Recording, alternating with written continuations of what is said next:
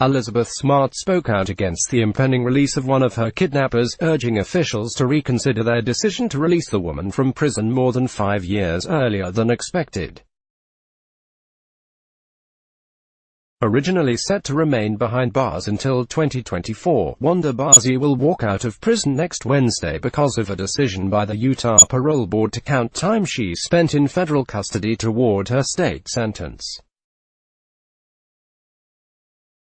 During a news conference Thursday, Smart warned that Barzee remains a dangerous threat despite the 15 years she has spent behind bars.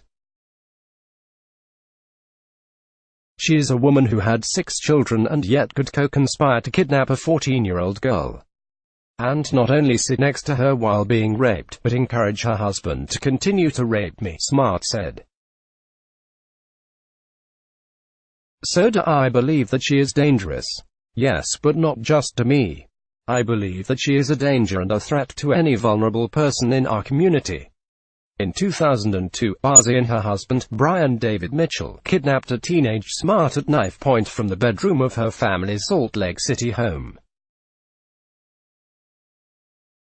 Smart was raped and tortured nearly every day of the 9 months she was held captive.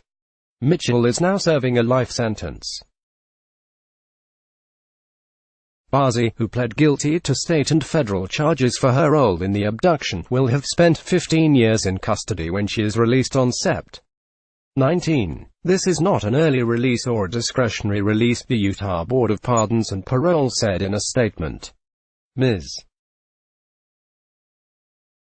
Barzee cannot be legally held in the Utah State Prison beyond the length of her sentence. Smart stressed that Barzee's role in the kidnapping should not be diminished in any way, saying, "I know the depth of her depravity. Wanda Barzee saw me as her slave, she called me her handmaiden, and she never hesitated to let her displeasure with me be known," she said. So there were times when absolutely she was manipulated by Mitchell, but she in her own right abused me just as much as he did.